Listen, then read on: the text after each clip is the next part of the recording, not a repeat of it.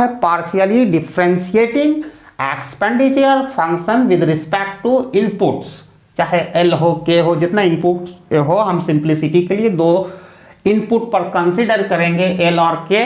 वो directly give us देगा, हमको क्या देगा भाई, अरे क्या देगा, इन कंपेंसेटिव इनपुट प्राइस। तो हमारे पास दो वे है, ठीक है। एक वे है तो डायरेक्ट मेथड से हम निकाल सकते हैं, अगर कॉस्ट मिनिमाइजेशन ऑब्जेक्टिव हो, कॉस्ट मिनिमाइजेशन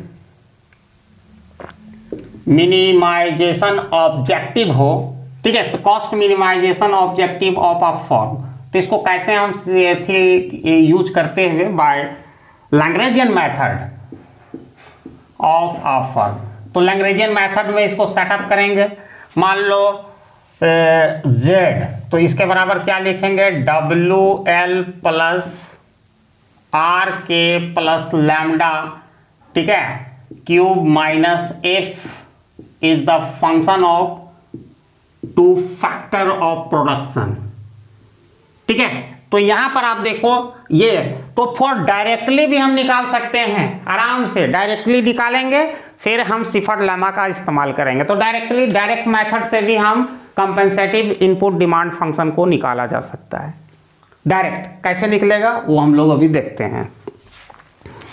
पहले तो इसको एफओसी में आना पड़ेगा, फर्स्ट ऑर्डर कंडीशन। तो डेल जेड माने taking the partial derivative of this objective function z with respect to L K lambda, ठीक है। तो और सेटिंग देम इक्वल टू 0, सबको सेट करना है equal to 0। This is the important thing you need to learn, ठीक है। तो यहां पर डेल एल के लेते हैं, तो ए और उसको सेट करना है 0 के बराबर। तो यहां पर आराम से हम देख सकते हैं क्या निकलेगा भाई, W खिल के आ रहा है, माइनस होगा, ये 0 होगा, यहां से होगा माइनस लैम्डा, ठीक है। उसका हम डेरिवेटिव लेंगे, चूंकि वहां नॉमरिकल नहीं इसलिए दोनों हमको लिखना पड़ेगा, इक्वल टू 0। अब इसको थोड़ा सा सॉल्व करेंगे, इसको उधर शिफ्ट कर देंगे। तो W equal to lambda del F L K del L, ठीक है, it become the equation number 2। Similarly we can partially differentiating of z with respect to k और setting them equal to 0। तो k के respect में इसको लेने जा रहे हैं और उसको सेट करेंगे 0 के बराबर। तो ऑब्वियसली ये क्या होगा कि r is a coming minus lambda del F L K by del K equal to 0। अब इसको इक्वेशन नंबर 2 बन जाएगा, इसको शिफ्ट कर देंगे उस साइड, एकदम सिमिलर वे में सब चलेगा। तो R equal to lambda del F L K del K, it become equation number 2। And finally we need to take the partial derivative of this function with respect to lambda. तो lambda का respect में इसको हम लेंगे del Z by del lambda, setting equal to 0। तो obviously हमारा क्या आएगा, ये पोर्शन आएगा, cube minus F is function of L K equal to 0। अब उधर उसको शिफ्ट कर दो, cube equal to F is function of L K, it become equation number 3। अब वेरी सिंपल है, एज वी नो, अगर हम लैग्रेंजियन मेथड मल्टीप्लायर मेथड का उपयोग करते हैं तो हमको क्या करना पड़ता है, तीनों का पार्शियल डेरिवेटिव लेने के बाद first and foremost task is a dividing first equation by second, dividing first equation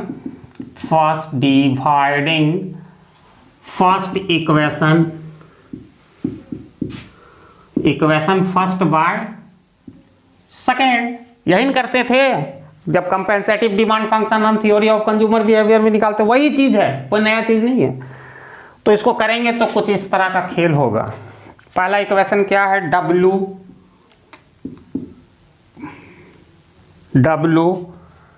lambda del F L के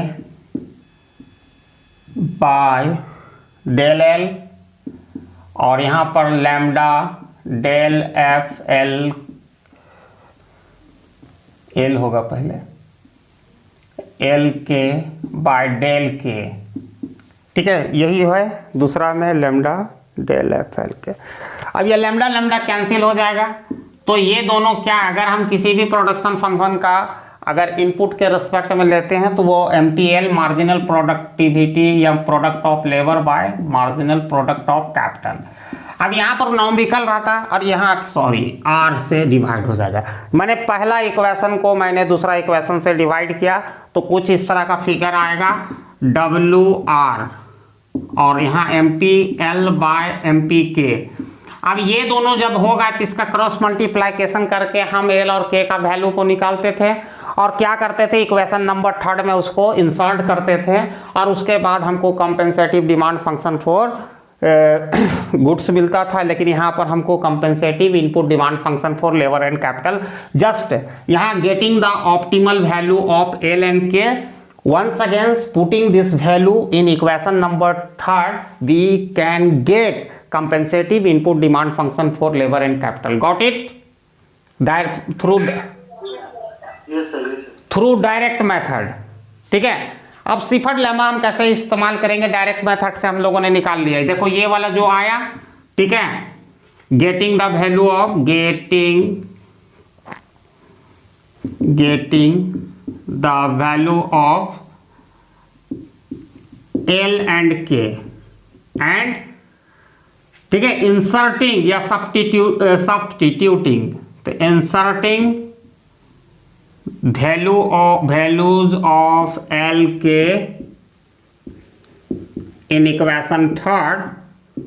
ठीक है, इक्वेशन 3 में हम देंगे तो ऑब्वियसली हम क्या पाएंगे, वो हम पाएंगे क्या पाएंगे, compensated demand function input function, compensated input function for labour and capital, जिसको डिनोट किए हैं L स्टार और K स्टार से। ये ऑप्टिमल वैल्यू है या ये compensated demand compensated input demand function for labour and capital.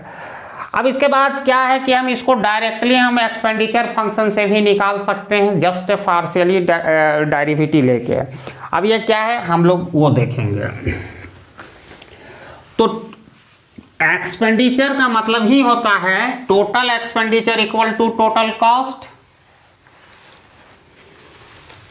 ठीक है, total expenditure equal to total cost. चूंकि हमने लेबर और कैपिटल पर जितना खर्च किए, और टोटल कॉस्ट को हम कैसे डिनोट करते हैं भैया, TC को याद करो, WL प्लस RK, ये टोटल कॉस्ट है। ठीक है, इससे हमको डिनोट करते हैं।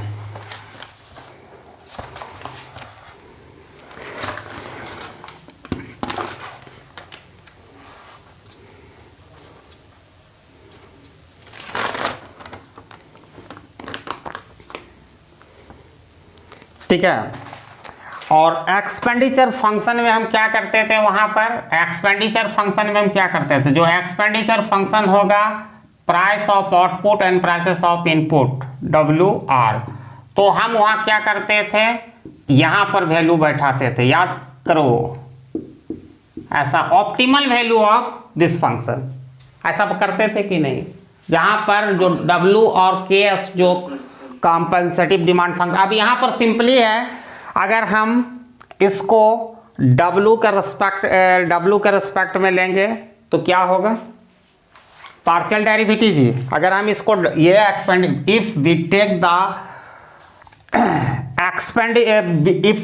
Take the partial derivative of expenditure function with respect to W and R, ठीक है, del E which is the function of PWR, किसका रेस्पेक्ट में लेंगे, W के, तो L डैश आ गया, और del E which is the function of PWR, इसको अब R के रेस्पेक्ट में लेंगे तो K आ गया।